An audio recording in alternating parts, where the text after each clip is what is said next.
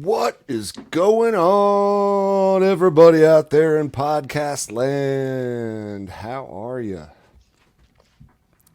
Oh, Hello, my darlings. Welcome Jeez, back.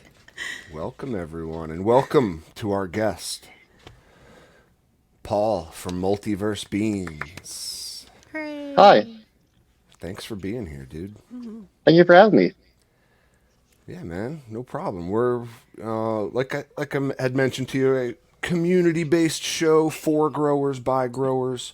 You know, we like to kind of guide people in the confusing landscape of cannabis cultivation. It is very confusing. That is for sure. Absolutely, man. One of the more confusing parts too is just like, where do I buy my beans from? Hear it all the Oh time. man, is that like the first problem, right? I hear they got First fire problem on you run into. wish.com. No? Guys never heard that?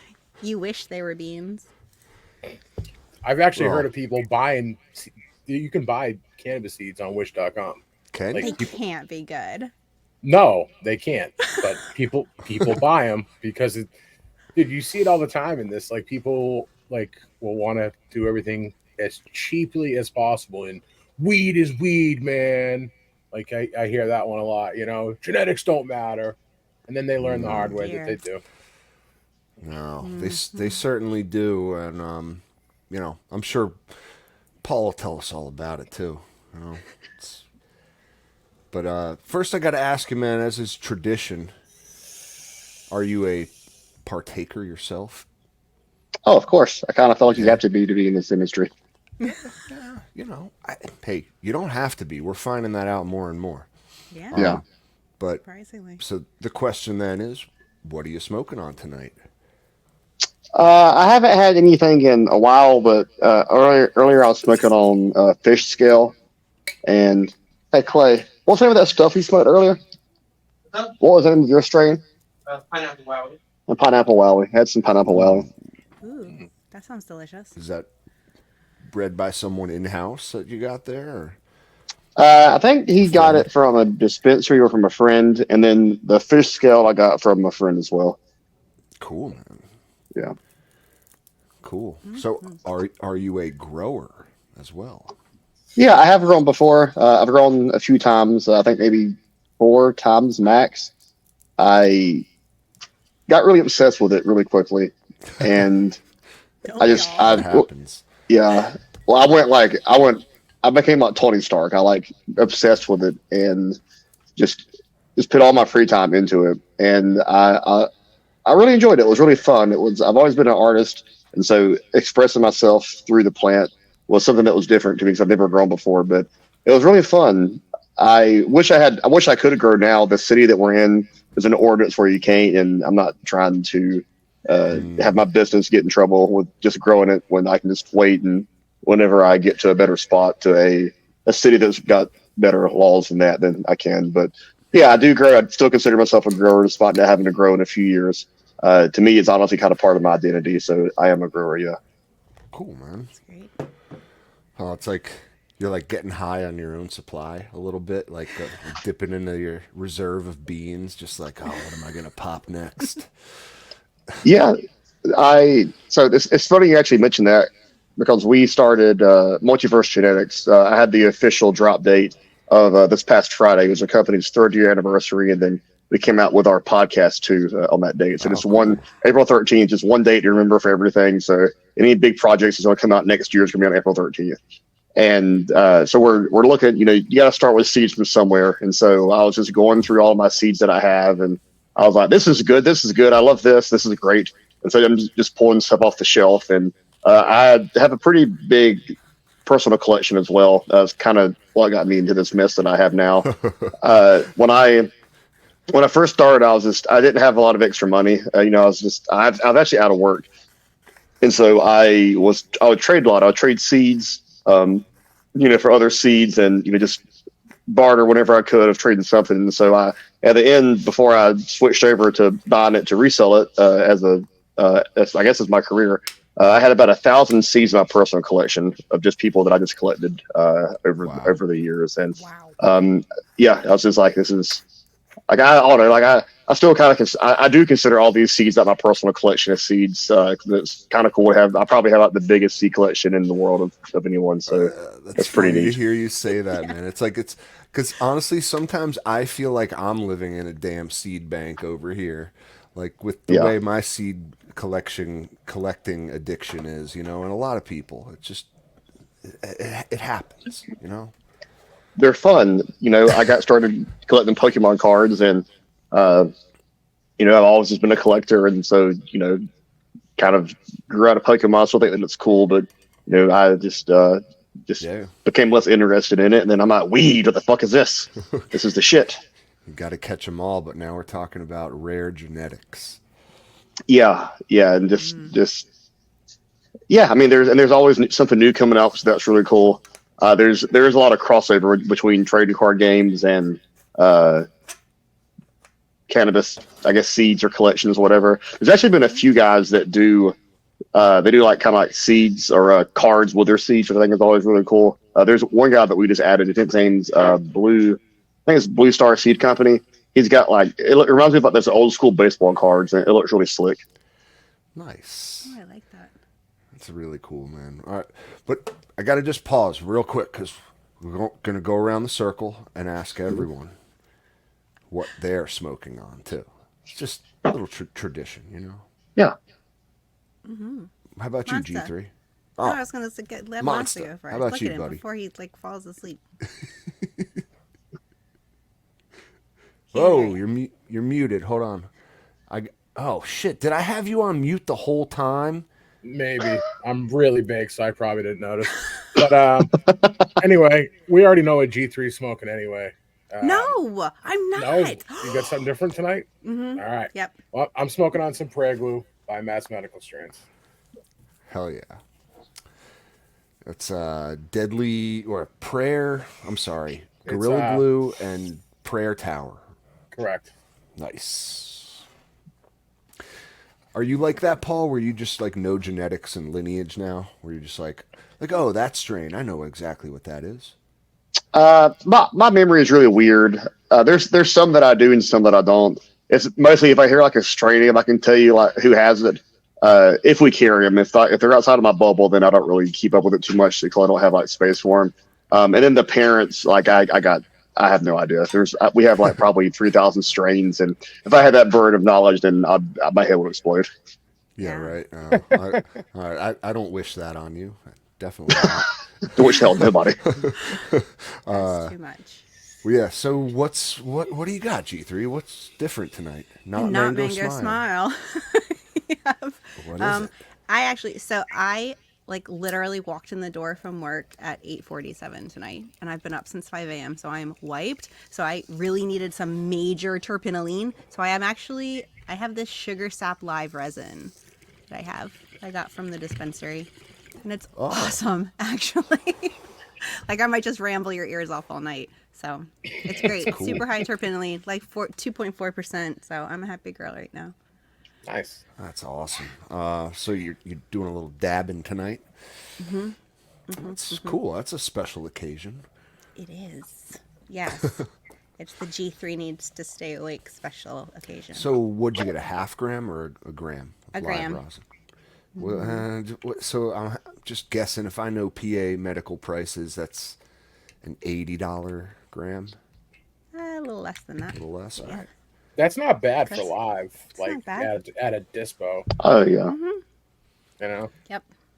Yeah. And it's not something I can, like, I have more flour than I know what to do with. I just dropped 4 plants. So I don't have any problem there. But extracts are just, it doesn't fit into my life right now. It's really hard for me to do and find time for and prep everything. It's just, nah. So I'd rather just delegate that to somebody else. So thank Feel you that. to my local dispensary. I hear that. Well, very cool. Very cool. I myself am enjoying some West Coast Sour from 2020 Mendocino, which, like, all good strains, it is what the name says it is. this is overwhelmingly sour. I mean, not like any specific citrus aroma. It's more of like a hard hard to explain. Like a Is it like wild sour mix? Like what you put in a liquor?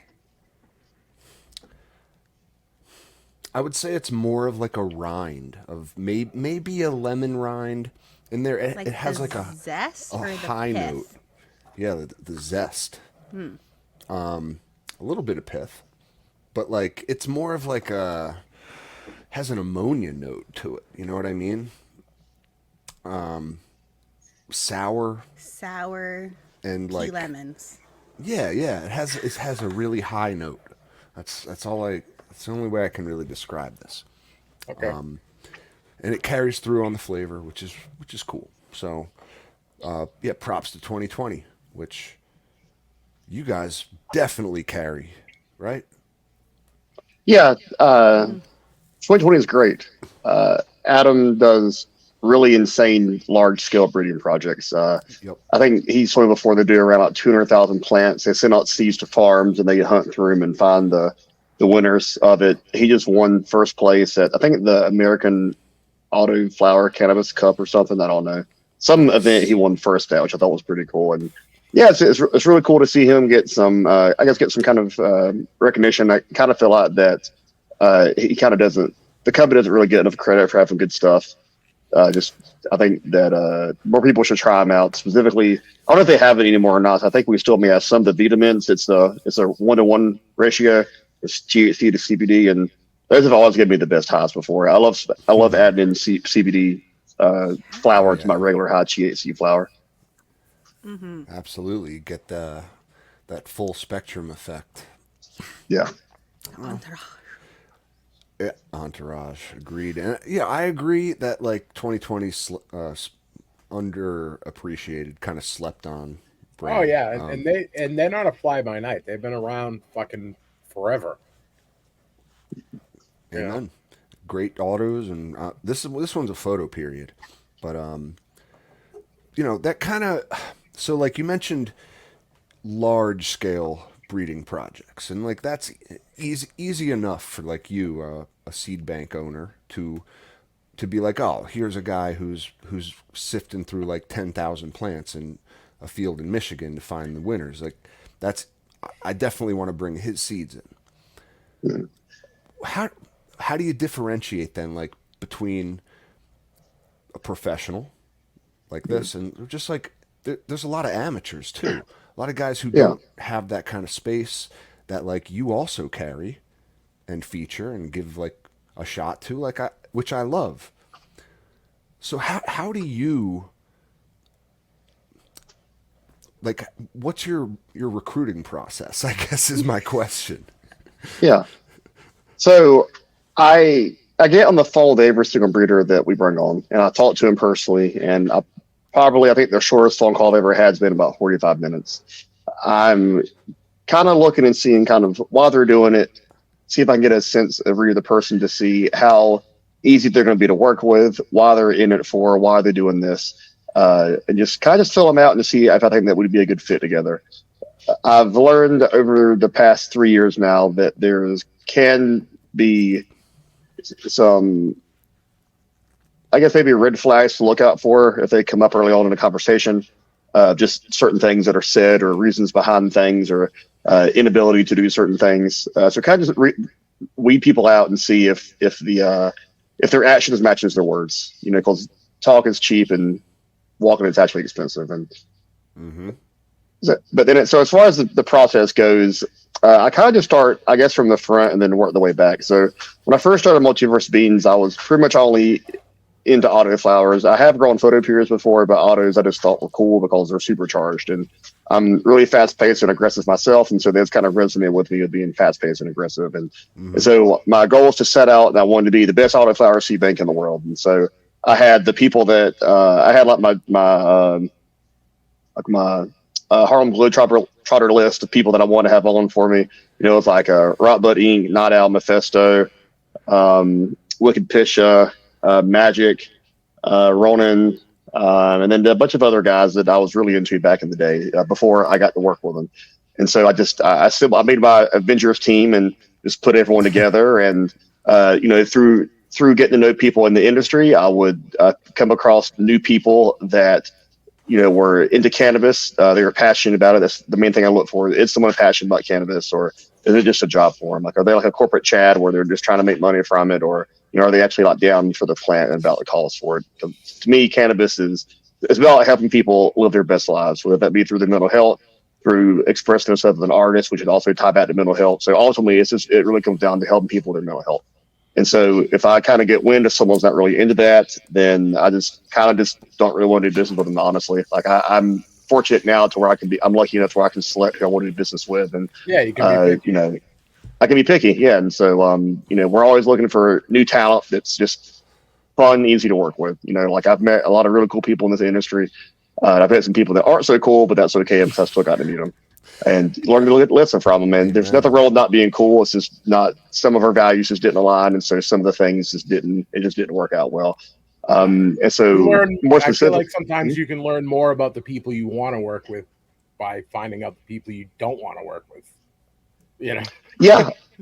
I was watching a video about that earlier today, and it was basically saying that for like every person, it's like every customer is a pain in the ass. They're basically causing you to lose 2 good customers. And then I was like, that's actually fair. And instantly I had some scenarios come to mind for me being a customer, dealing with business owners or dealing with customers over the years of me just working. There are pain in the ass people out there, and sometimes they're not worth the squeeze. Man, we say that all the time. The juice ain't worth the squeeze. Mm-hmm.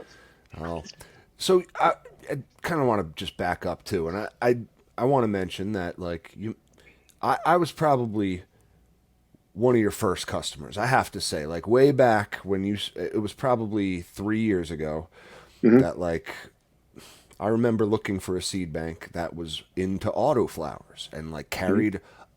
Like you said, the Avengers team. I wanted to buy some Night Owls, I wanted to buy some Mephistos, and I wanted to buy some Rock Buds all in one place and not have to pay 3 shipping costs. You know what I mean?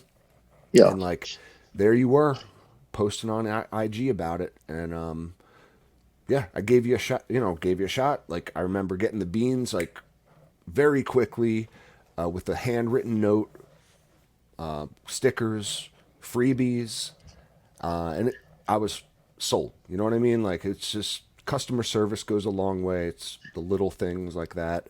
And I've made several orders since then because like I said, I am a bean junkie. Have a serious problem. Yeah. So thank you to you for doing what you do. But yeah, where the hell were we in our how do you bring in certain breeders conversation? Just I think you pretty much wrapped it up. Yeah, I mean, I can go into more detail if you want, but No. I can talk for forever about whatever. You pretty much answered that one, as well as you can. Maybe you could just give us like a start at the beginning. I want to know like where did the idea come from? You just like looked around and you were like, I just want to put all these autoflowers in one place. And yeah. thought, so hey, I'll just be a seed bank. What was your first step? Yeah, good question. So this is I'll try to tell as much of this story that I haven't told to anyone before. So one of my friends, she started a seed bank herself, and I was still collecting seeds, and I saw that she was kind of doing it, and she was being successful and everything. And I don't know if she was paying her bills with it at the time, but I know that it was helping supplement her income. And at the time, I was actually working for they were like the top 3 of the top 500 Fortune companies or something. I had like a super corporate job, and honestly, I wanted to kill myself working there. It was soul crushing. I was just a number. It sucked, and I just didn't want to live. Like it was just an absolute just shit job, and I didn't feel like I made a difference at all with anyone. And I thought that when I did make a difference, that no one appreciated it because it was just one of those jobs. And so she was being successful with hers, and I was married before, and my ex-wife actually ended up leaving me. And so I had a choice to make. And she was a breadwinner, and I knew that I couldn't sustain myself at that job that I was at. And so she's a nurse, and so she was the primary breadwinner. And it was just a call center job, so it wasn't a ton of money with it. And so my choices were either to be homeless or to make this work. And so I chose to make this work. And I worked probably 14. No, this was at the beginning. So I would work 12 hours straight, sleep for 4, wake up and work 12, and then sleep for 4, and I'd rotate in that cycle. I did that for probably about 6 to 9 months straight, and then I hired someone and got on a better schedule. I remember there was this one night out drop, and I remember over Friday, Saturday, and Sunday I worked 60 hours total. Over 3 days I worked 60 hours. Yeah. So, like, I mean, you're obviously organizing like your collection and doing inventory, right? Mm-hmm. Like keeping track of what's what, how much of each strain you have. Yeah, like, can you bring us through that? How do you bring in a massive drop like that? What's the whole process? Oh, To start with, there you are. There we give me go. 1 second. Sorry.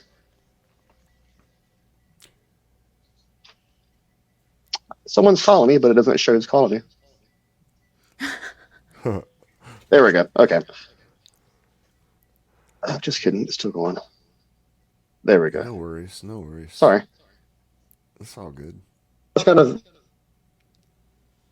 orders. It's really no different than doing small ones. It's just at a larger scale.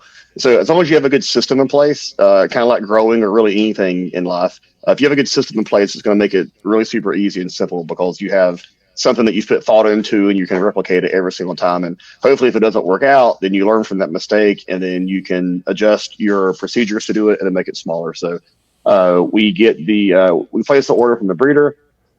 We either pay them or have some kind of payment terms with them. It's shipped to us. We open it up, just lay out on the table. We make sure that we received everything from them. It's all human done. And I don't think anyone in the industry is a Jeff Bezos, so we don't have robot money to pack packages for us. And so, we just make sure we got everything. Once we have everything, we start putting it up, and then then we update it on the website, and then we market it to the people to let them know that we have it, communicate with them, and that's pretty much the dumbed down version of, or the less boring version of what we do. So many questions off that. It's just like, all right, so how do you determine, like, do you buy all the strains from a certain breeder or just certain ones? You know what I mean? Like the ones you know Yeah. are going to move. Yeah. And then it's like, how many do you bring in, and do you prepay? Oh, good job today. Like you basically, he sounds like a great boss. So, yeah, you basically like prepay, or you said like work out some sort of payment terms with the breeder, so they'll ship you like, a big quantity of their seed drop. Yeah, like what can the other payment terms be? Just like or like do you just cash up front, and like what happens then if the seeds don't move? Do you Oh my God, pay Cap, them you back? just asked him 6 I questions. know, I'm sorry. Let the man I'm answer. sorry. I'm sorry. That's Go okay. back to how do you choose what to order? Thank you, G3, keeping me in line. Yeah, so how to choose what to order. So it's really a case-by-case basis. There's some breeders, and it also depends on the payment terms that we do too. So I guess there's no set standard that we have for it, but if I probably simplified it more, there probably is. I just don't know what the pattern is. So generally speaking, we'll get all of the strains or some of the strains. Here lately, I've been more conservative because the economy is absolute trash for everybody right now. So people just aren't buying seeds or spending money like they used to. Myself included, I've really cut down on collecting seeds personally, and I've cut down on just spending money in general because the dollar's not going as far as it was. So I'll communicate with the breeder. They know the brand better than I ever will, and if they don't, shame on them. So I've asked them, hey, what do you think is going to sell today? What do you think is moving pretty good? And I'll kind of take the recommendation off of that. That really hasn't done us wrong so far. They know which ones are good. All they're straight. Well, which ones sell good? I don't want to say they probably, honestly, with today's advancement of cannabis seeds, there's not really such a thing as bad genetics out there anymore for people that are pretty mainstream. But there are ones that perform better than others do. So, like Purple Punch by Fast Buds, that's one of the best sellers that they have. That's compared to like I don't know, AK-47 or something. That one a lot of people grow and enjoy, but just the Purple Punch, it just resonates better with people. The name, maybe the description, the color for sure. Just different things attract different people. Very interesting. So yeah, maybe then you could shed some light on like the second part of that, right? Which is, let's say a seed doesn't move like it expected, like you guys thought it would. Yeah. Do you do like do breeders then buy them back from you? Or do you like offer a discount and maybe not buy as many from them next time? Like kind of what happens there? Yeah, great question. So this actually has happened to us before, quite a bit, unfortunately.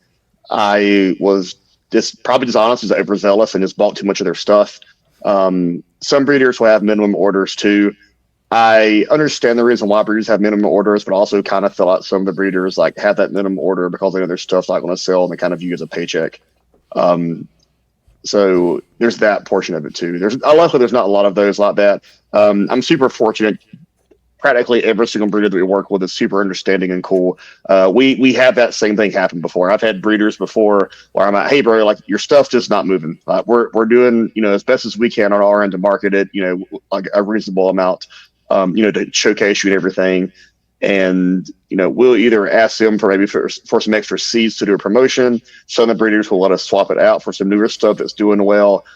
We've had a few guys that they honestly just got upset about it, to be real. Their ego has gotten away. Gotcha. And because I really, specifically, there was one guy, I'm not going to say his name, but there's one guy that his stuff wasn't selling because he didn't have pictures or strain descriptions, and I was asking him for a fairly long time to get it, and he could never get it for whatever reason.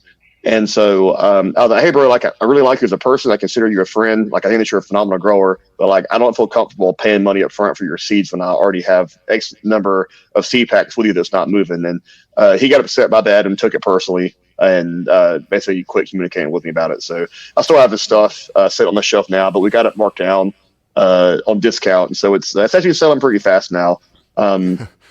So that's happened before. Some guys, like I said, we've traded them out with stuff before. Some other stuff we'll kind of like bundles other people's seeds with them to kind of get them out of here. And it's not they're not bad seeds at all. They just don't have like. It's like trying to like you can't fucking bake a cake without having like all the ingredients with it. You know what I'm saying? Like if you don't have like a fucking egg, it's not a cake. And a lot of breeders are phenomenal breeders. They are. I would venture to say every single breeder that I carry is a better breeder than I ever will be in my entire life.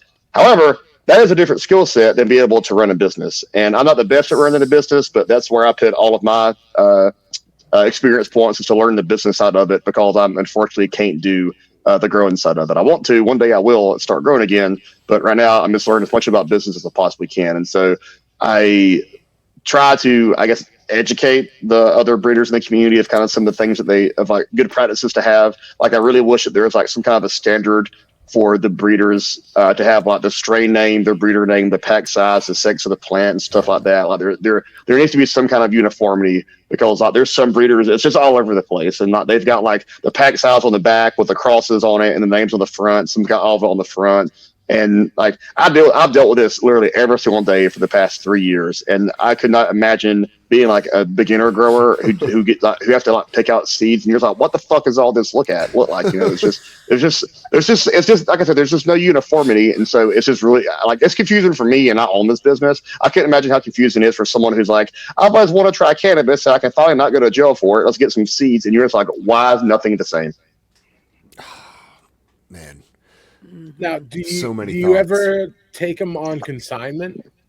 I mean, we do. That to me, that would seem like the best approach to, because that way they're like, hey, I'll take, what you want to send me, whatever sells, I'll pay you for, whatever doesn't, here you go. And that just seems like much better way to do things, right? I mean, would Yeah, that so be? it's Would it be fair to say that that's your preferred way to do business? I wouldn't say it's my preferred way. I honestly prefer is for us to pay cash up front so that we can just own it and then just sell it.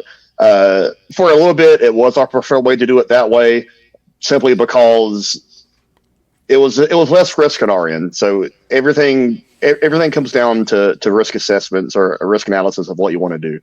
And at the end of the day, the business has to make money. Like I know that's going to offend some people, but it's true. I have people that have families that pay their bills with this. So like we have to make money.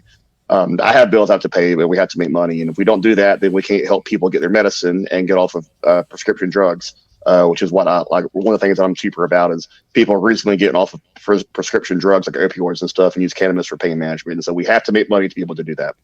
So for a while, I was really gung ho on doing consignment stuff. We had to. It kind of turned itself into a different job because we have to run reports of how much sold over a certain period of time, and it's a lot of back and forth. But it works out well because we take less risk than what they do for it because they send it to us. Consignment also has kind of an ugly term in the cannabis industry, specifically the seedbanks. A lot of the I just heard from so many breeders like I've been ripped off before from doing consignment, and that's normally the first thing that I say is it's like I'll say this is some payment options that we can do, and they've gotten ripped off by people before for doing consignment, and I probably don't think a lot of them ripped off on purpose. They could have lost their processor, their bank account could have closed, their mom could have died, whatever could have happened. But at the end of the day, the person they trusted with their brand and with their products didn't get paid for it, and it doesn't really matter why because at the end of the day they were just let down, and so. I understand why people are kind of just against it for. Like I am as well, honestly, unless like I have like a rapport with someone or if I know I'm dealing with someone reputable. So consignment has its pros and cons. I think that more people should be open to consignment. I think that it would be probably better overall for them in general because we like the biggest issue is like for some brands the biggest issue is like keeping enough seeds on the shelf to sell them. So if I had basically like unlimited seeds of like let's just say 2020 because we were talking about them earlier. If I had unlimited seeds of 2020 stuff, that everyone would be able to get them a lot more because we wouldn't run out. But unfortunately, there's no way to predict what strains of who was going to sell hot or not. Like Ramscotty by Romulan, we sold that out almost like a week before it dropped. A day or two before it dropped. Yeah. And that one, no one had any idea. Like I had a suspicion that it was going to do really, really good, but there was no guarantee with it. And so if there was some way to know which ones would sell out faster or not, then we would order like a ton of those. First, same. Actually, so I don't know where mine are. I kept 3 for myself. I'm not going to lie. Hey, dude, so like brings us back to like you were saying about the descriptions, like those seeds were sold before you got them in, essentially, by his skillful like marketing of the strain with the descriptions, the pictures. At least like you could tell he grew them or had other people that grew them, and they were like, documented, photographed. Here's what it's gonna do. Here's the morphology of it, the terps, all that stuff. He even had like lab reports and stuff. It's just like, some people go the extra 9 to really like, I don't know, educate the consumer and make you feel like they at least did their due diligence. And I love that. It's reassuring to know that what you buy is going to be what you expect it to be. Mm-hmm. So like, it kind of just brings it back to just what you choose to bring in and who you choose to work with. It's just, you got to be, unfortunately, you do have to be like a social media manager. Any small business owner today knows that, right? You also have to manage your social media presence. Mm-hmm. And like, dude, those seeds were sold before you got them in. So it's like, if you can do that, you got it made. And I think it all boils down to having grown what you produce and writing up an accurate strain description. It's as simple as that. Most breeders that have their shit at banks, they'll post pictures like, okay, available here. A lot goes on has to be on their end as well. Like People aren't Yeah. just going to know to go to a certain seed bank to find breeders' gear unless they've dealt with that bank before. Hmm. Like, if we take that Rom Scotty drop, for example, that was like timed, right? So It like it went dropped the live at a certain 12th. time. Yeah, it dropped the 12th officially, or that's it dropped the 12th officially, and then we started pre-selling it. I think like a week before. I talked to Jake on the phone about it, and he's like, "Yeah, you can pre-sell it. It's cool because Okay. we always try to do that whenever we can, just because it makes sense. And there's a limited amount, and I was pretty sure it was going to sell out. So I was like, if you want it, get it while you can because it's not going to last. And yeah, Jake does a great job. I actually base a lot of my genetics company around decisions that Jake's made for it.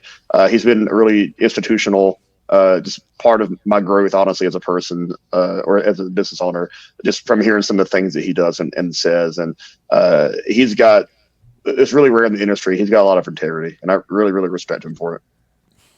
Word. Well, at the very least, knows how to write a damn strain description. Yeah, he goes a long way. Honestly, I would say that Jake, if you're trying to get into breeding and you want someone to look up to, Jake from Romulan Genetics is a really good guy to look at to study. His business is super unique. He has about I think maybe 9 to 12 releases a year. He does one a month basically, and they're in a smaller amount. He keeps the quality where he wants it at. He doesn't scale up to where he loses control of the quality, and he gives out what he can. And he's got phenomenal pictures, great strain descriptions. He has all the pieces of the puzzle to be a successful person, and it's just because that he's humble. He'll take criticism about stuff. He'll listen to others and get their opinion about it when needed. And you can tell that he was a collector before because it's like, I'm not fucking buying something that I don't know anything about. And because I collected seeds and bought seeds before I got into this, I'm my target audience. It's mostly guys in this industry that are probably around my age that have extra disposable income. And so, there's small portions of younger people, a few months, et cetera, but the grand portion of it is very male dominated. And so, I'm just like, I wouldn't buy this. I don't know enough about it. Then I can be like, hey, bro, I really like your stuff. I think you're a good breeder, but no one's going to buy this because you didn't say shit about fucking with it. And there's no pictures, or you took pictures with a cell phone. That's not going to cut it nowadays. Like back in the day when it was, super underground, it was like Calculator and like Exotic Mock and Soulfire and all those guys, whatever, it was like I guess the glory days back in the seeds before it got really, really mainstream. They still had pretty good stuff, but they still, didn't have what they have now. They've evolved as business owners. So it's just going the extra mile and caring, which you had a customer one time say that when he's on the fence about getting some new genetics, he'll look at the packaging. And he said that if the breeder has nicer packaging, he's more likely to buy it because they put more effort and it seems like they care more about their products than someone who doesn't. And I was like, that is the truth. Packaging goes a long way. It certainly Absolutely. does. Yeah. It's so here's kind of where I look at it from. I work in the beer business, craft breweries, and we deal with a wholesaler who I would very much equate with what you do. You're a seed wholesaler, and it's kind of the same operation, it's like we don't give them all our beer, just the stuff we think will sell, and ultimately it's on us to get the beer sold. You know what I mean? They're just facilitating more sales by having a wider reach, that kind of stuff. So I don't know. It's now you mentioned do you do any marketing for people when you do a drop, help them out? Yeah, we do. There's maybe 3 trains of thought that I've read into over the past 3 years from working with breeders. Is the first train of thought is that the breeder and the seed bank should operate kind of separately, and the breeder should be responsible for their own brand growth and development, and the seed bank should be responsible for their own. But then we also should sell the seeds that the breeder has, and they're not really intertwined together. The other one is that the two entities, us two, can work together, and we can both benefit from helping market together. And then the other one is that it's kind of like an unfair division of labor, where like one person is marketing really heavy and the other one's not. So that's I guess the spectrum of it. Obviously, number two is going to be the best. Both people working together and trying to just sell the products. Honestly, for me personally, it is a bit discouraging to help someone's brand grow and then not kind of get any reciprocation back from it.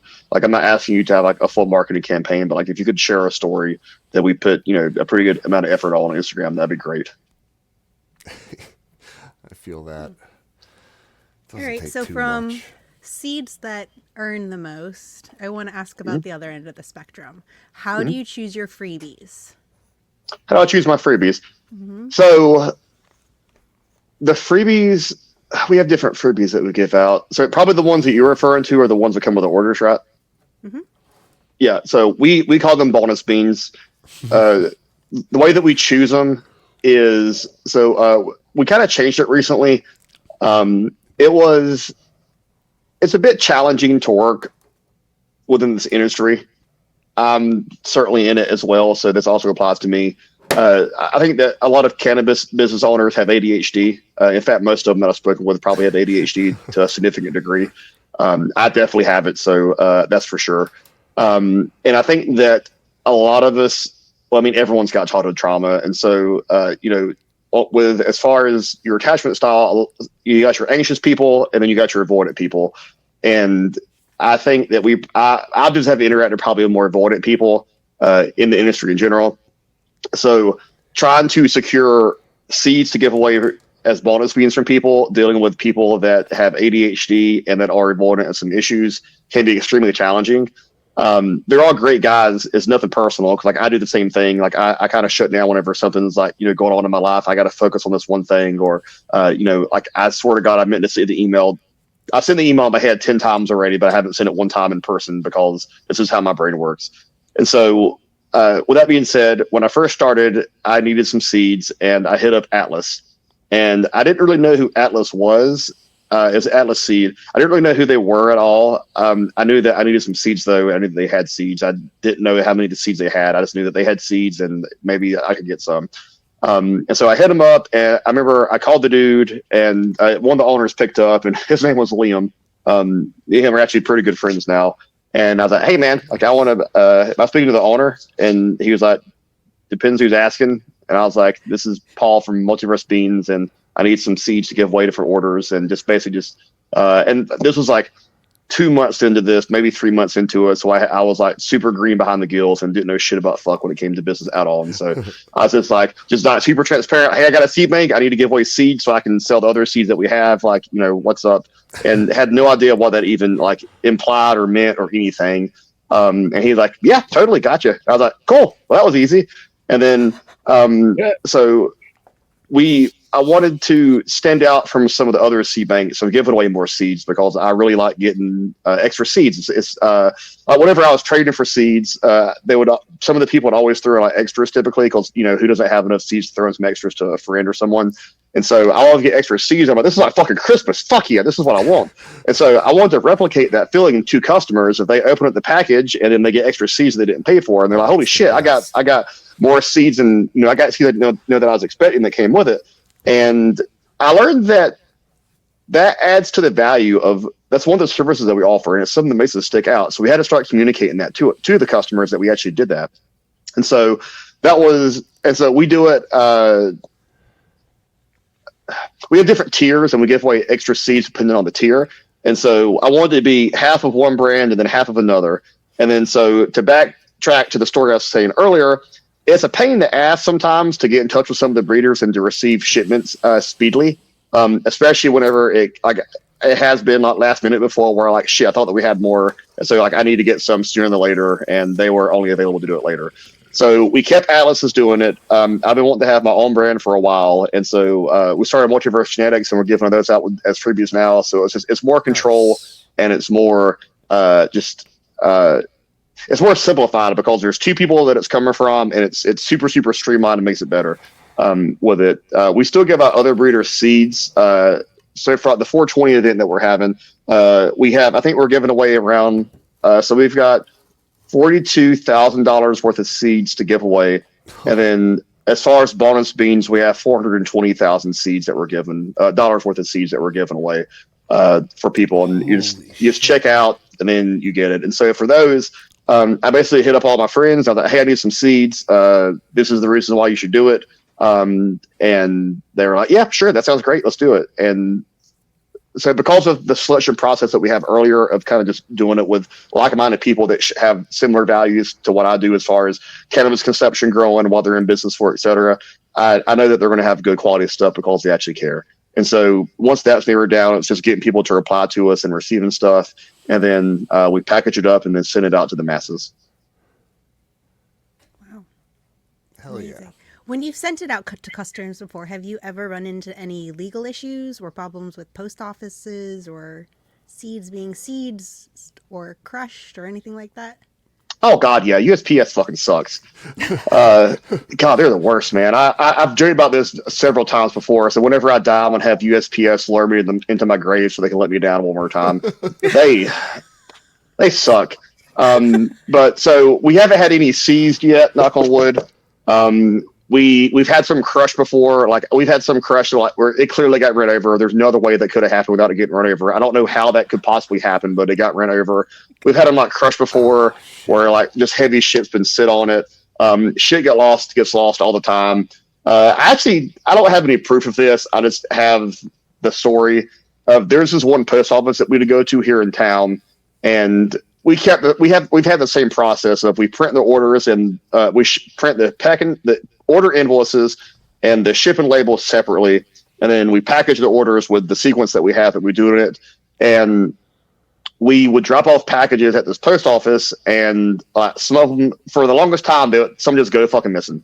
They would just go missing, and I was like, it's got to be like the shipment provider that we're using is fucking something up. Like there's some kind of miscommunication with it. Like I never suspected the post office was the one that was fucking it up.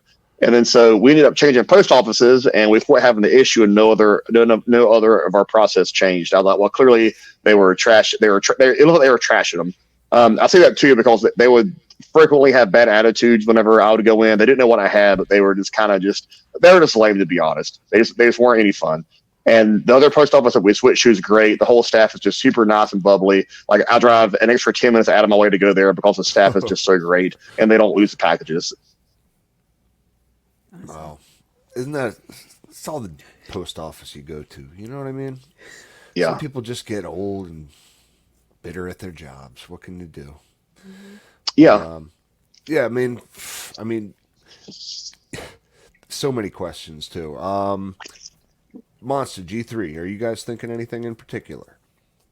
So I was actually wondering about your merchant processing. Mm-hmm. I used to sell merchant accounts, and I know it can be trouble to get some. They fuck you with rates and all sorts of shit. They'll just all of a sudden just close your account, take your money, and you have to fucking fight to get it back. Like there's all sorts of shit that can happen. So I don't know if you wanted to talk a little bit about that. Yeah, sure. Respectively, people with suits. All of them kind of suck. Yeah. Credit card processing was a bitch. That and banking too. We started out in Arizona, and I discovered that it wasn't kosher there. The state law said that we were criminals, and so that's a different story. But anyway, so I had to use banks that didn't know what we were doing. I was keeping it from them, and saying we were selling like merchandise and shit like that. I had probably like 6 or 7 banks accounts closed over the years of them. They always find out. Like they got like risk management job or underwriting. Their job is to search for stuff and see what looks weird and whatever. And so we always got caught. And I remember I went to a credit union up here in Washington State, and they have like a cannabis program. I remember I walked in, and I was like, it just felt weird. Like it felt like I was like a criminal inside of a bank. Like, I was like just being honest about everything. And they were like, yeah, no, that's cool. And I was like, what do you mean? They're like, yeah, you're signed up, you're good to go. And I remember I brought like all the cash that I had from the other bank and just deposited it. And it was just, I remember I walked out, and it was like a burden has been lit like this.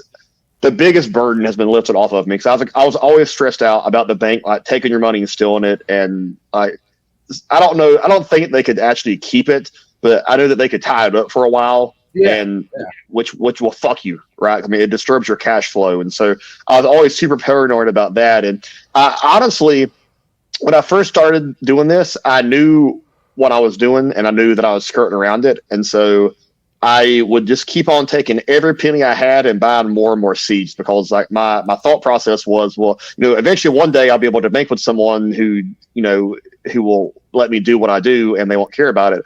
And so like I just was afraid honestly of saving money. And so I just kept on investing it more and more into seeds, and that's not great for several reasons to do because you can't pay your bills to keep on putting into seeds, and you can't really save for stuff you keep on putting into seeds, and just didn't have the cash management skills that I have now. I'm still trying to develop, but my money was safe because I knew that a bank couldn't take it because I actually owned the products. So went to the bank, opened up that account, and that's a weight lifted off my shoulders. And then they had a credit card processor too that they recommended, and they wanted a COA, which stands for a Certificate of Analysis. They wanted one for every breeder that we had though, and I had like 80. I'm like, that's unreasonable. I'm not fucking doing that. And it was like $100 a pop for a test, and I'm like, yeah, I'm good. Like I'll keep on doing shitty shit that I'm doing. And then so just everyone in the industry is probably like 1 degree of separation from everyone else in the industry. And so I was like, I can't be the only person that's having this fucking issue. And so I remember I called around and linked up somehow, and I found a new processor, and they got me signed up. It was an experience. I don't want to say anything bad about it, but it was an experience. And ever since then, we've had a legitimate processor ever since. It's really frustrating the rates that they charge us for this kind of thing, just because we attach cannabis to it. It's super, super frustrating. And then like all the hoops and shit we got to go to. And really just honestly, the lack of empathy from the banks in general. People have told me before that I'm in it for the money. And I think that's kind of a stupid argument in general for someone to make, just because like you have to have bills to pay. Businesses have expenses. Otherwise we're just in la la land, and it just like we're just playing with monopoly money. So that in itself to me is just a weak argument for someone in general.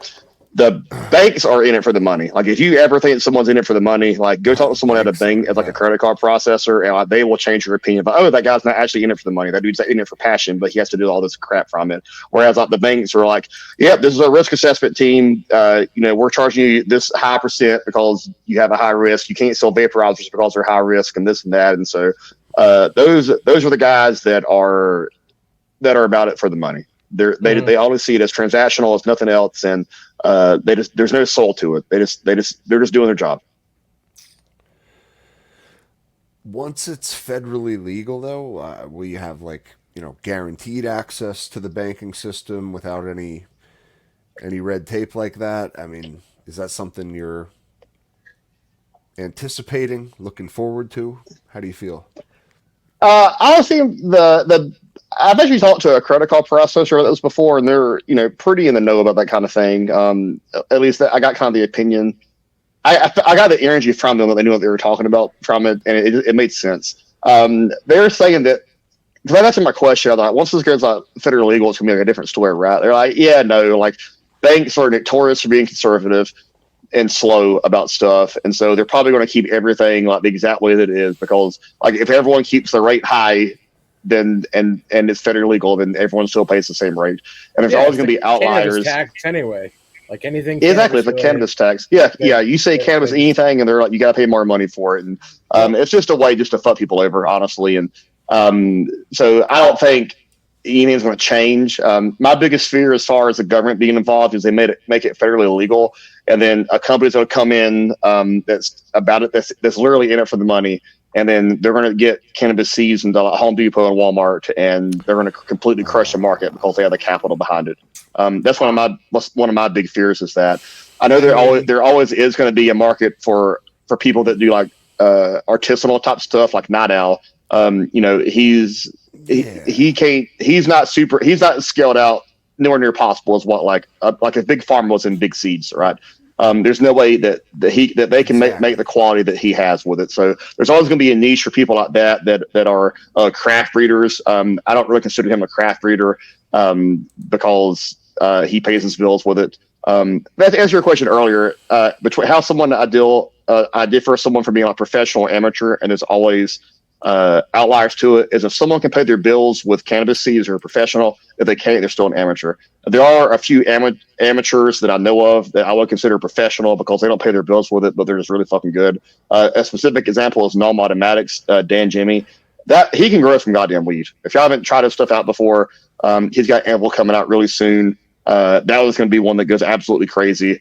His blackstrap is insane because everything that he makes is really fucking good. Hey, people love those purples, man. So here, I want to bring up your website real quick. Yeah.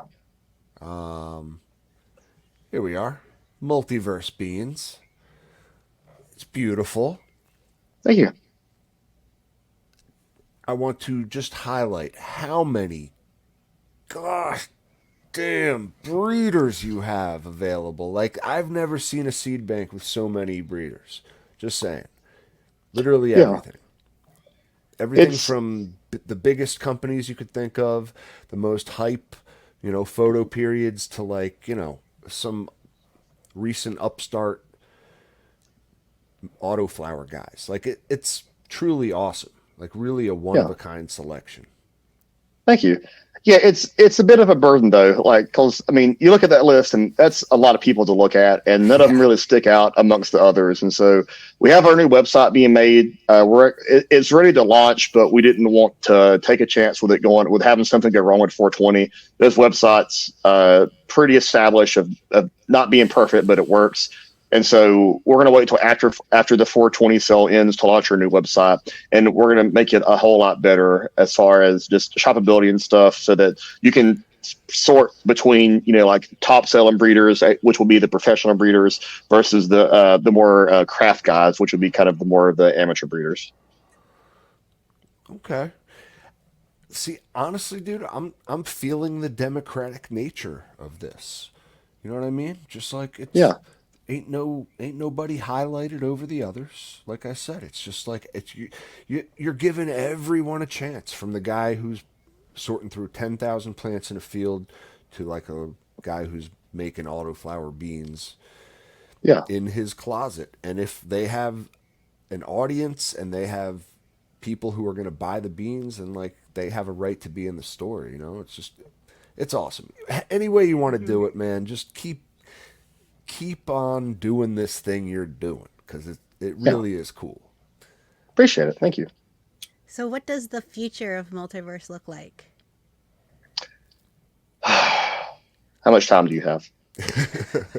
As much time as you want to give us. Where do we go from here, man? The future of Multiverse. Well, honestly, I need a break. I did the math the other day. I've worked probably on average 70, 80 hours a week for the past 3 years straight. That's roughly about six years of work, of like regular hours. And so I need like a week or two to relax and unwind. Once I come back, the current path of the company or project, I guess, is we're going to have a new website made, well, finished up and launched live. This is going to be a better experience. We're going to optimize a lot of the search functionality on the website so that the customers can kind of find more of what they're looking for. My 3 goals this year, or 2 goals this year, or I guess the main goal is to get better at communicating, both internally with the team and externally to everyone else with it. Whenever we were smaller and it was just me doing everything, I knew how to do everything in my head, right? And then so having to have someone else do that was a skill that I didn't know that I didn't have. I didn't know how to teach someone how to do that portion of the job. So I had to learn how to teach someone how to communicate with someone about doing something a particular kind of way. And then we have to improve on it, just because, that's just who I am. I want to be the best version of myself in all aspects of life. And so, if I can make our customer service 1% better every day over the course of a year, that's going to compound into a very big percentage increase of it. And it's just doing little things like that that add up. So, we want to bring on more breeders. We want to be able to run more specials and sales for people. Like, I was talking to one of the breeders the other day, and he's kind of saying how they structure their sales and stuff from like a logistics standpoint. And I was like, why the fuck did I never think of that before? That makes so much sense. Like, I literally felt like an idiot for not doing it his way. And I'm like, man, that's fucking cool. Well, I'm going to definitely do that. We're going to come out with some merch. I'm probably, I don't know when. I'm going to buy a new sticker printer though. The one that we have is doing its best. That's all I can say. But it's doing its best. I want a nicer one though. What else? I would like to eventually open up some seedbanks in Canada and in Europe. Thailand was on the list, but the Thailand government said "fuck you" to everybody, so that's not happening anytime soon for a while. Damn. Yeah. What else? Merch. I think that's really. Oh, and then really gonna be really focusing on multiverse genetics. I'm super excited about that. I kind of when I first started this company, I honestly wanted to grow before because I was growing before this started, and I was like, I want to fucking do this. This is fun as fuck. But to get a license to grow legally, like at scale in Arizona, you got to be a millionaire, and I don't come from money, unfortunately. And so what I did have access to though was a hemp license, and so I was going to go hemp to get enough money to get a cannabis license, and then go up from there. So I started Multiverse Beans, as that being kind of one of the reasons behind it. And then Multiverse Beans has got more successful than I ever imagined in my entire life. It's been super humbling. Like by all means and accounts, I shouldn't be where I am right now. I'm from South Georgia. I grew up on a dirt road. We were middle class, and just the cards were stacked against me, and I made it. So it's super cool. But yeah, just trying to refine the process down better, just make it run better. Recently, in the past like 3 or 4 months, we've kind of discovered that we've been running on the processes of whenever we first opened 3 years ago when I was doing it by myself. And so, we're kind of making our base of the pyramid a lot wider now. We're writing down and recording how we do a lot of things. We're actually having like training for people.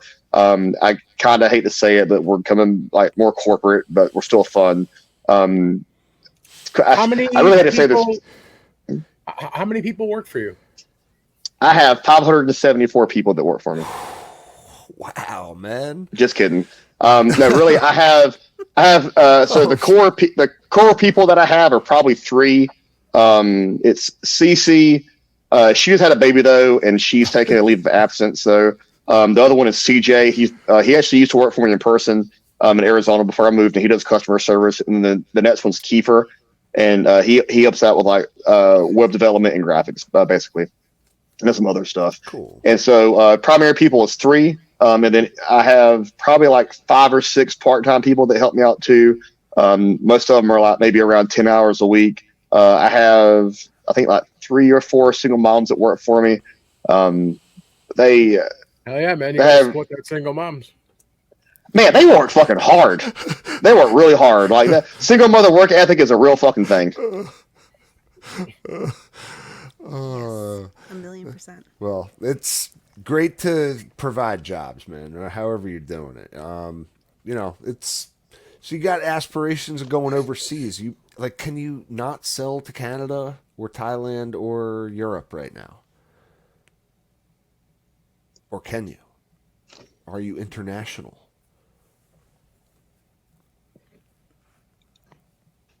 Can you hear me? Yeah. Yeah. How about now? No, we can hear you. Weird. It's not my headphones that's making audio. Let me see. Oh, strange. Oh, They didn't. I'm not gonna receiving us. leave real quick and rejoin. Yep, come right back. Come right back. Oh, wait, I I got can't. Just a kidding. new Patreon I want to shout out real quick too.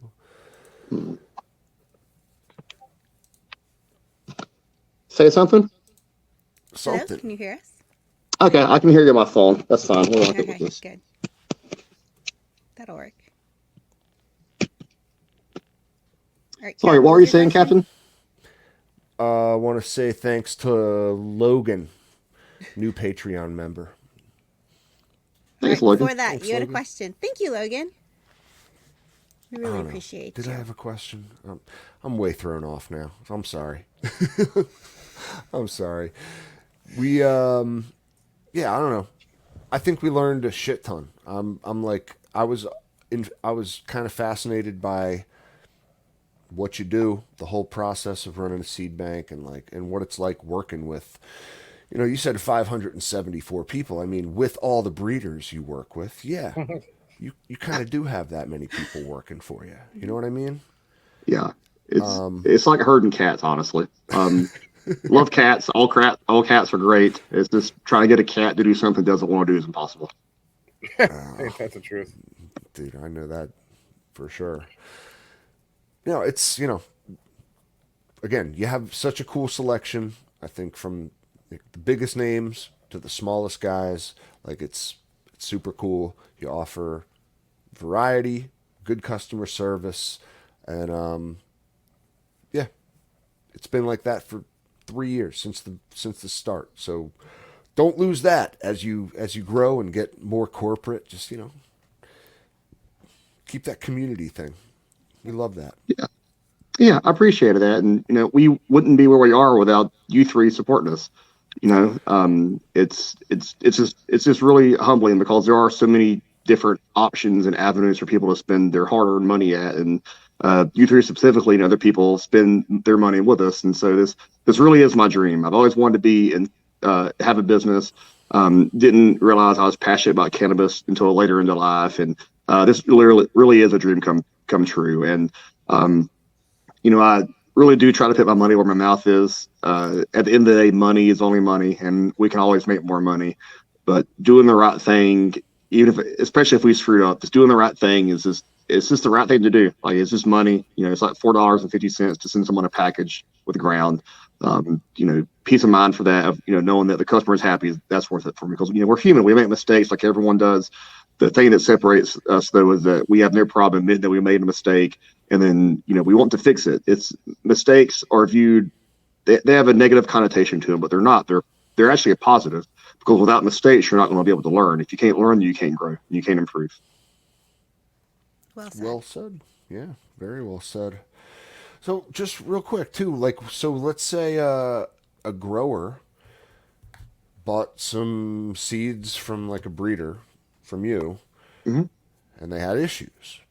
Now, do they contact you or do you just direct them to the breeder?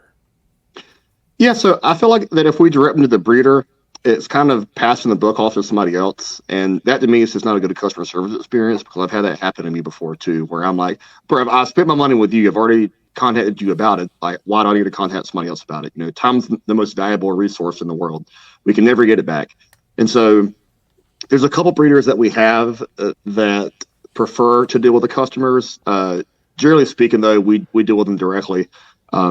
We replace it.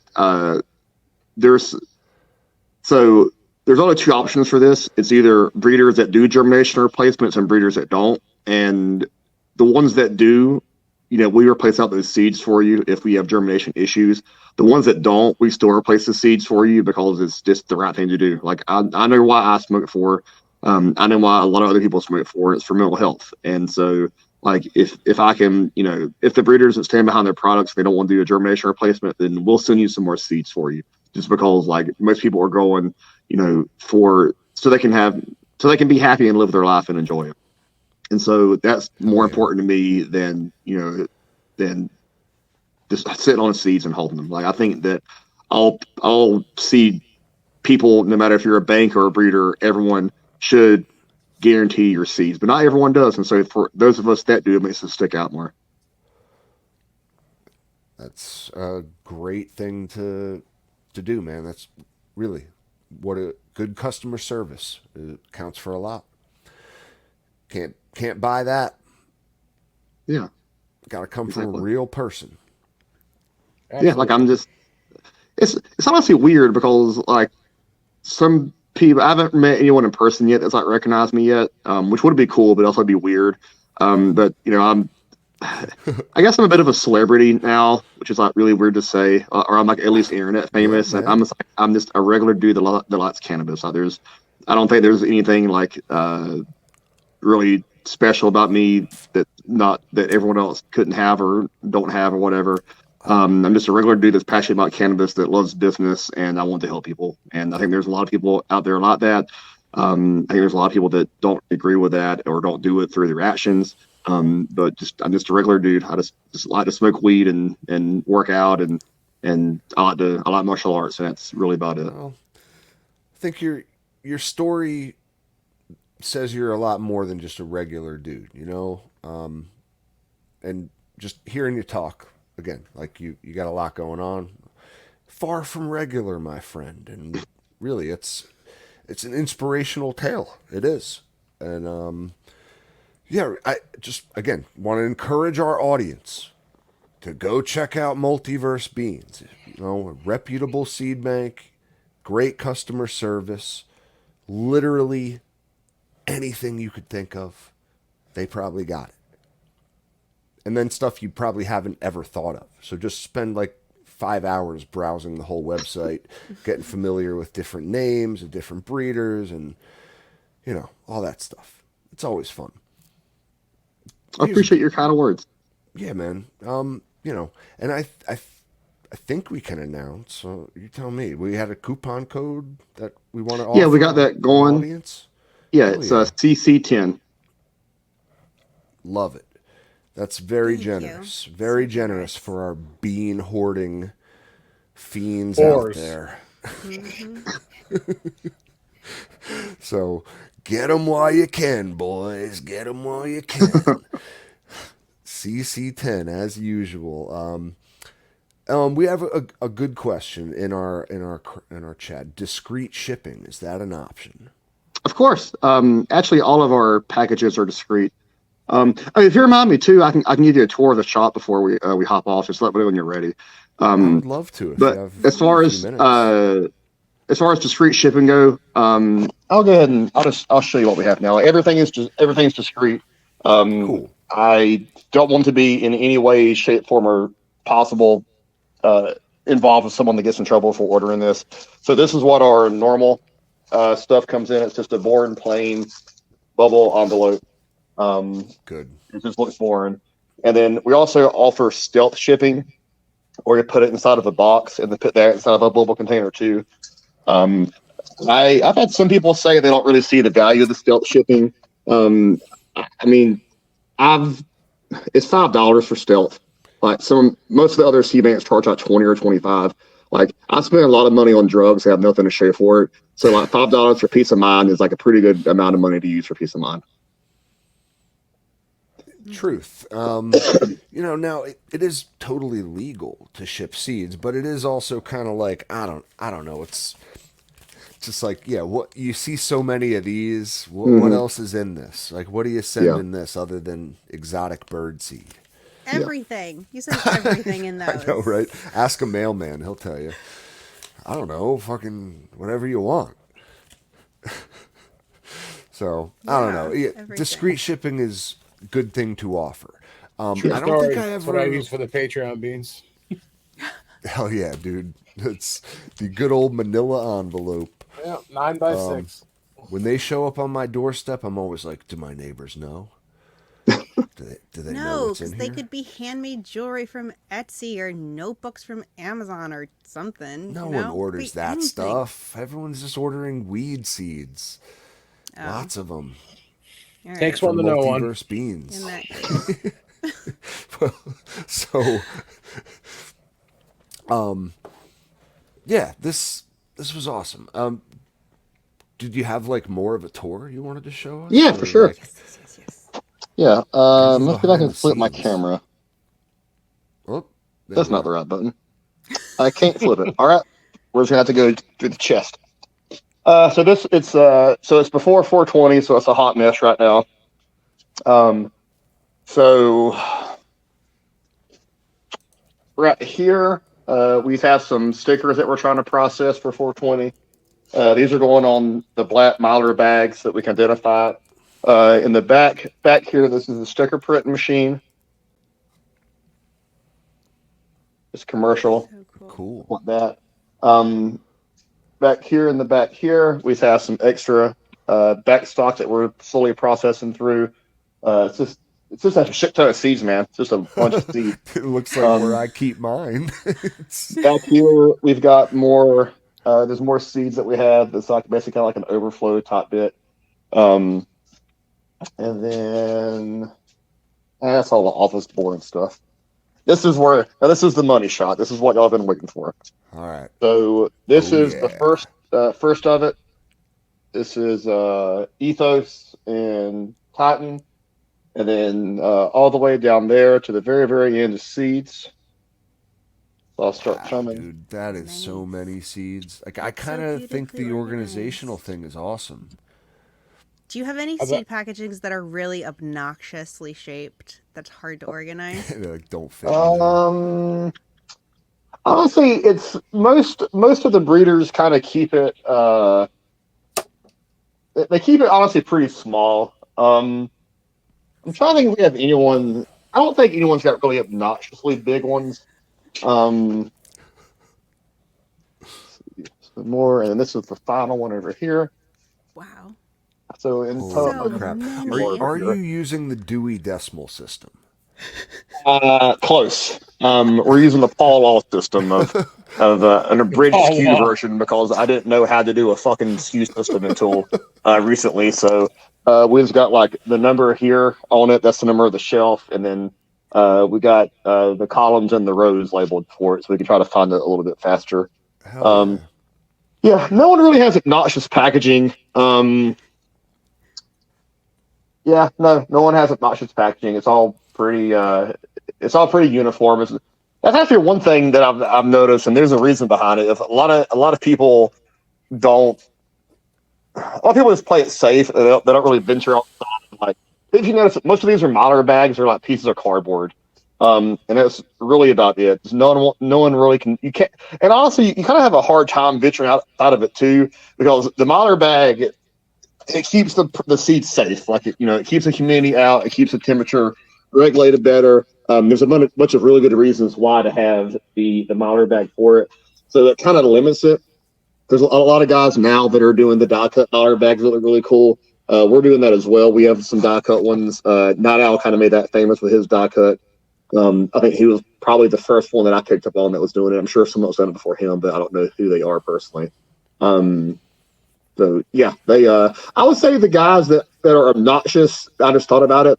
The guys that ship it in with glass containers, the glass seed vials instead of the plastic ones, and that really wouldn't be an issue if USPS didn't like rock bottom every package that we give them because they get broken all the time. So like it's a problem because of somebody else. It's not really their problem. I think it's cooler to do it that way. But USPS just really abuses the packages, man. Glass can It's like be a a really problem. weird it's a really weird relationship to have with them. That's a great question, guy. Grow. You're gonna Did ask him that about happen that one? once? Did you call her a him once? What? Oh, yes. My first package ever from Multiverse. I was misgendered. I was a little irritated about that one, but I got over What it because in the next one he sent me a Chun-Li sticker as a witch, so I was good with it. what did it say?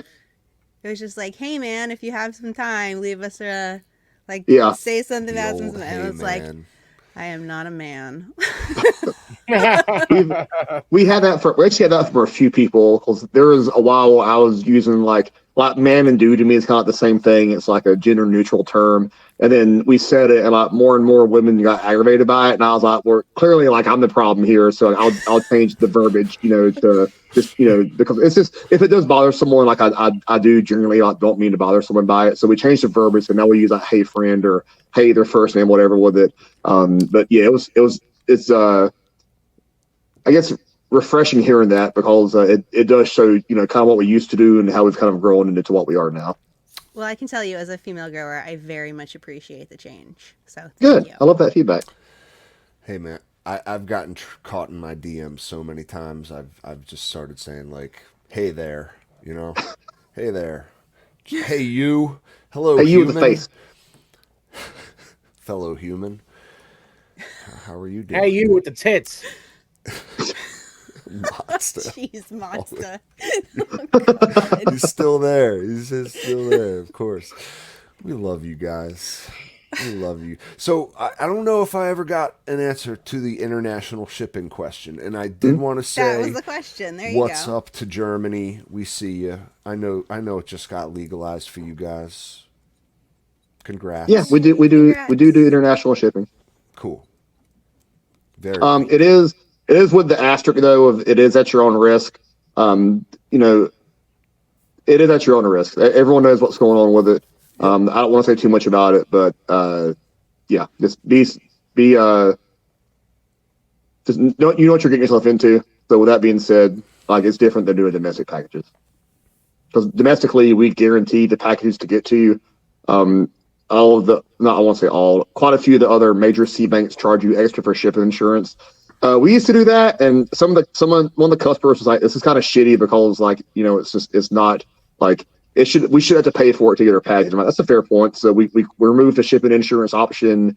I'm just like, "We'll just do it as a blanket. Like it's the right thing to do." So if a package doesn't make it, there's a process behind what we got to do to verify they didn't make it because unfortunately people will take advantage of the system and say they didn't receive the package when they did. So we got to do our due diligence on our end to make sure that we're not getting taken advantage of. But yeah, domestically, we guarantee all packages. We will ship internationally to you with some caveats with it, which if you place the order, we can go over that with you through email. Cool. Yeah. Listen to that. It's like we've come to a natural conclusion. You can hear Had the a good time too. yeah, right? I think we all learned what it's like to operate, a grassroots built from the ground up seed company, a wholesaler, if you will, in the community. What it's like to work with 574 different breeders. I mean, really. It's incredible. So if you had to give just one, like let's say a new person out there, you got auto recommendation, photo recommendation. Where are you pointing them to? Um, I will shamelessly plug myself, Multiverse Genetics. We got some pretty cool stuff with it. All right. Something unique about Multiverse Genetics is that we have a 100% money satisfaction guarantee. If you buy Multiverse Genetics from us and you're not satisfied with it from 10 years from now, 1 month from now, whatever, if you grow it out, you don't like it, I don't even care what the reason is. I don't need to know the reason. If you're not satisfied with it, we will either send you your money back for it in the form of we can give you like a gift card for it and you can use it on what other kind of seeds you want of any other breeder. There's no one else in the industry that's able to do that in this position because I have a seed bank and a genetic company. So for example, if you buy like our Comet Candy and you don't like it, then we'll give you $50 store credit to use on any other breeder that we have that fits you. And so that's because I actually care. I know that my ship's good and I know that you're going to love it. And I know there's going to be like 2 people out of a million that's going to actually take us up on that. Specifically for my brand, I would recommend photo period. I would probably say Black Coal Breath. It's a really good washer. It's stinky. And then for autoflower, I would probably say Star Fruits is really good. It just gets fucking big, man. It's big and it's fruity. It's really, really good. As far as not my brand, people that I'd recommend, I'm going to shout out to Atlas Seed. Atlas Seed does phenomenally huge phenom hunts as well. They've really, really, really dotted in the process of how they grow seeds so that they're really consistent. They start off growing seeds for commercial farmers where, there's not a whole lot of margins in commercial farming, unfortunately. And they made it for them, honestly, to start off with. And then they started transition in the home grower market to where if you have really good seeds commercially, they're of course going to be great for the home grower. They just got really good stuff altogether. That's why we give out their stuff in the orders for. One of the new strains is called Pilot Light. That's an autoflower. That one's supposed to be really gassy. We're having a grow off of that on our Facebook group. And then for photo period, they've got so much good shit, man. I would probably say their purple punch in general is really good. It's really, really purple. It's beautiful. It's got really great terps. And they've got quite a few purple strains in general. I personally like the purple stuff, or just I wouldn't pit bag appeal over like some of the other qualifying factors for smoking weed, but bag appeal to me is really, really important. I want it to I like the art side of it looking really cool and everything. So having cool looking strains for me is important, but like that's also one of the last things that I'm going to look for. And actually trying to smoke weed, I want to have something that's got good terps, and just smoke smoothly. Like I would pick, you know, something that looks like cardboard, but is like a dessert versus something that looks like the Mona Lisa but tastes like cardboard.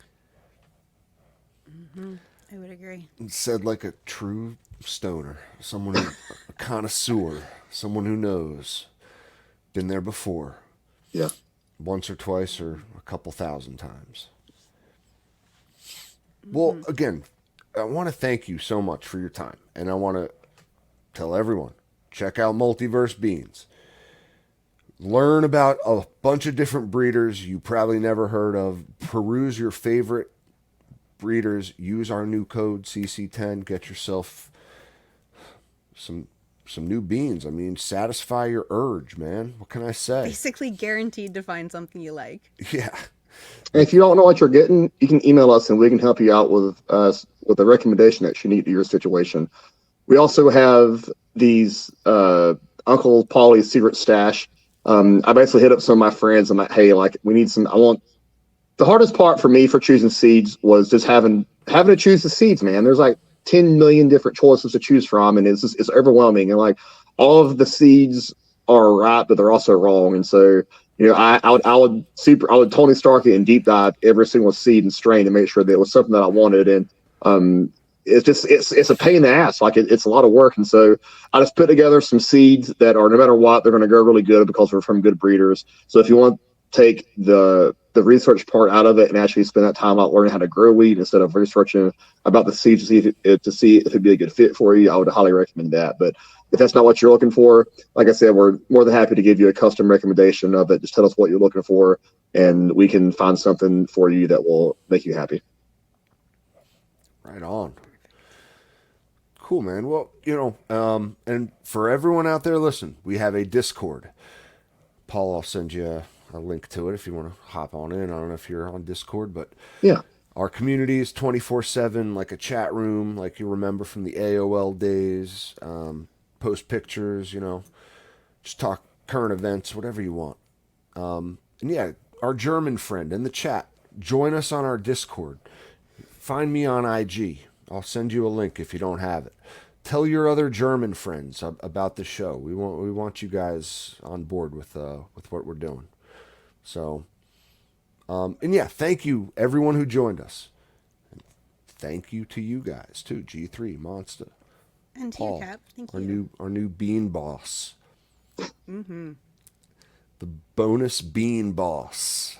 Yes, that's me. it was an absolute pleasure. Yeah, thank you guys. I Truly, really man. appreciate it. Truly, you're a real community guy, I can tell, and that's like we love that. So, right on. Well, yeah, guys. Until next time, y'all know the rules. Have fun, keep growing, and Don't get caught. thank you. I knew someone knew what I was gonna say. Later, guys.